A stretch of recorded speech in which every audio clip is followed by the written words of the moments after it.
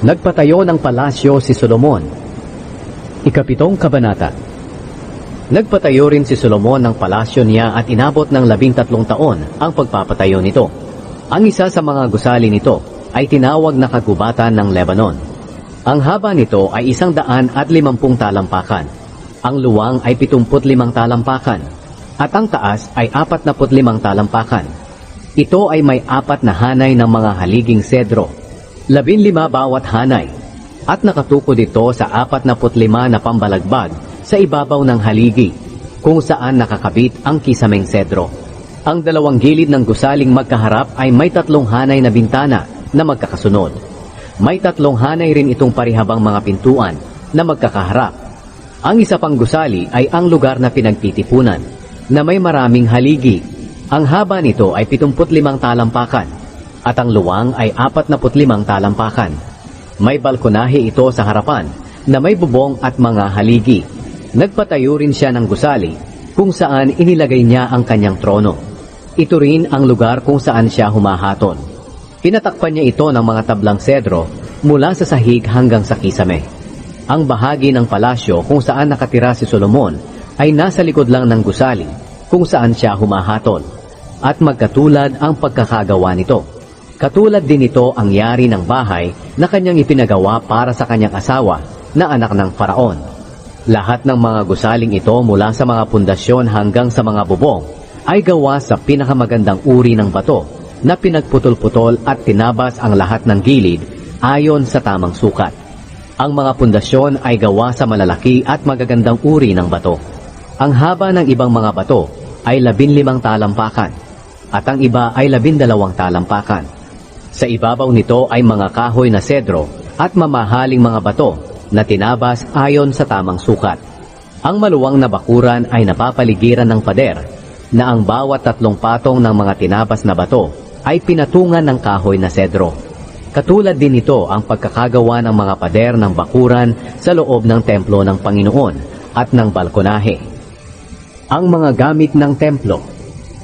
Ipinasundo ni Haring Solomon si Huram sa Tyre dahil magaling siyang panday ng mga tanso.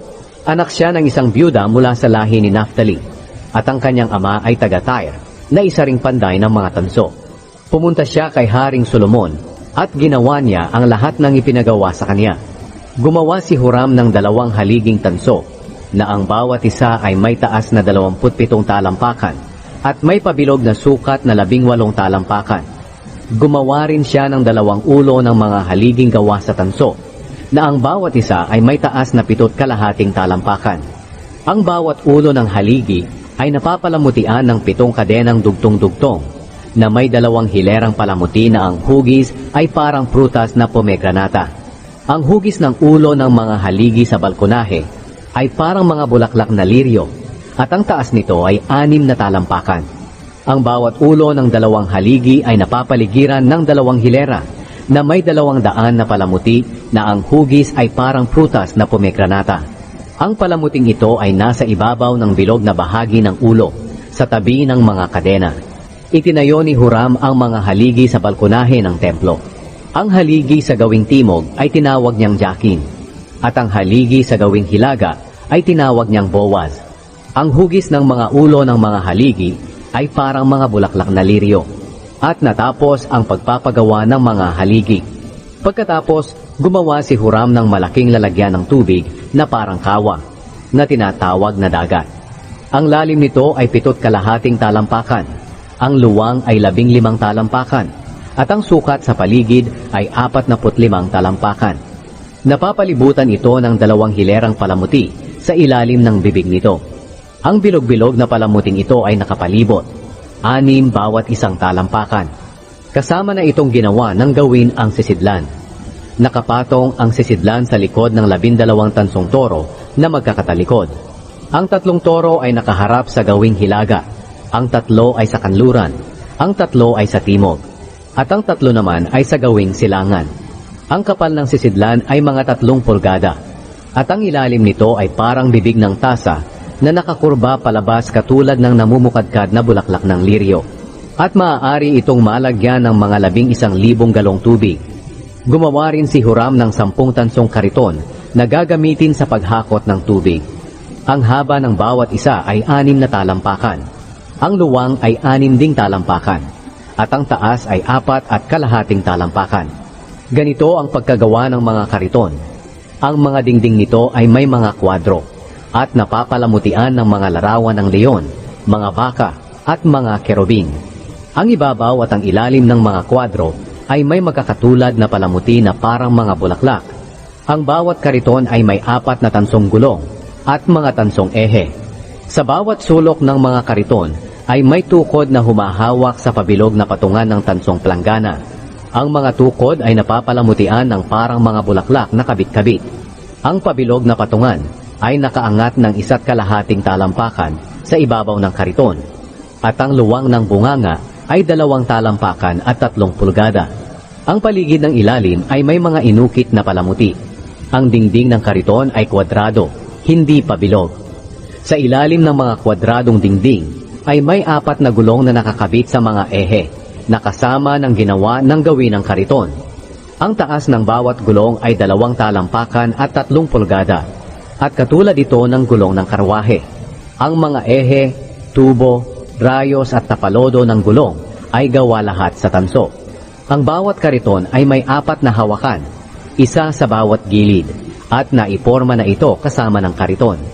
Sa ibabaw ng bawat kariton ay may pabilog na leeg na may 9 na pulgada ang taas. Ang mga tukod nito at ang dingding ay naiporma na din kasama ng kariton. Napapalamutian ang dingding at mga tukod ng mga larawan ng kerubin, leon at puno ng palma, kahit saan na may lugar para sa mga ito. At may palamuti rin ito na parang mga bulaklak na kabit-kabit sa paligid. Ganito ang pagkakagawa ni Huram ng 10 kariton. Magkakatulad lahat ang kanilang laki at hugis, sapagkat iisa lang ang pinaghulmahan nilang lahat. Nagpagawa rin si Huram ng 10 tansong planggana, isa para sa bawat kariton. Ang luwang ng bawat planggana ay 6 na talampakan at maaaring lagyan ng 220 galong tubig. Inilagay niya ang 5 kariton sa bandang timog ng templo at ang 5 naman sa bandang hilaga. Inilagay niya ang lalagyan ng tubig na tinatawag na dagat sa pagitan ng gawing silangan at gawing timog ng templo. Nagpagawa rin siya ng mga palayok, mga pala at mga mangkok na ginagamit sa pangwisik. Natapos ni Huram ang lahat ng ipinagawa sa kanya ni Haring Solomon para sa templo ng Panginoon. Ito ang kanyang mga ginawa: ang 2 haligi, ang 2 parang mangkok na ulo ng mga haligi, ang 2 magkadugtong na mga kadenang palamuti sa ulo ng mga haligi, ang 400 palamuti na ang hugis ay parang prutas na pomegranata. Nakakabit ang 2 hilera nito sa bawat magkadugtong na mga kadenang nakapaikot sa ulo ng mga haligi, ang 10 kariton at ang 10 palanggana nito, ang lalagyan ng tubig na tinatawag na dagat, at ang 12 tansong toro sa ilalim nito, ang mga palayok, mga pala, at mga mangkok na ginagamit sa pangwisik. Ang lahat ng ito na ipinagawa ni Haring Solomon kay Huram na para sa templo ng Panginoon ay gawa lahat sa pinakinang na tanso. Ipinagawa ang mga ito ni Haring Solomon sa pamamagitan ng hulmahan na nasa kapatagan ng Hordan, sa pagitan ng Sukot at Zaretan. Napakarami ng mga bagay na ito, kaya hindi na ito ipinakilo ni Solomon. Hindi alam kung ilang kilo ang mga tansong ito. Nagpagawa rin si Solomon ng mga kagamitang ito para sa templo ng Panginoon: ang gintong altar, ang mga gintong mesa na pinaglalagyan ng tinapay na inihahandog sa presensya ng Diyos, ang mga patungan ng ilaw na purong ginto na nakatayo sa harap ng pinakabanal na lugar, 5 sa bandang kanan at 5 sa kaliwa, ang mga gintong bulaklak, mga ilaw at mga pangsipi, ang mga baso na purong ginto, mga panggupit ng mitsa ng ilaw, mga mangkok na ginagamit sa pangwisik, mga sandok at mga lalagyan ng insenso, ang mga gintong bisagra para sa mga pintuan ng pinakabanal na lugar at gitnang bahagi ng templo. Nang matapos na ni Solomon ang lahat ng gawain para sa templo ng Panginoon, dinala niya sa bodega ng templo ang lahat ng bagay na itinalaga ng ama niyang si David, pati na ang ginto, pila at iba pang kagamitan.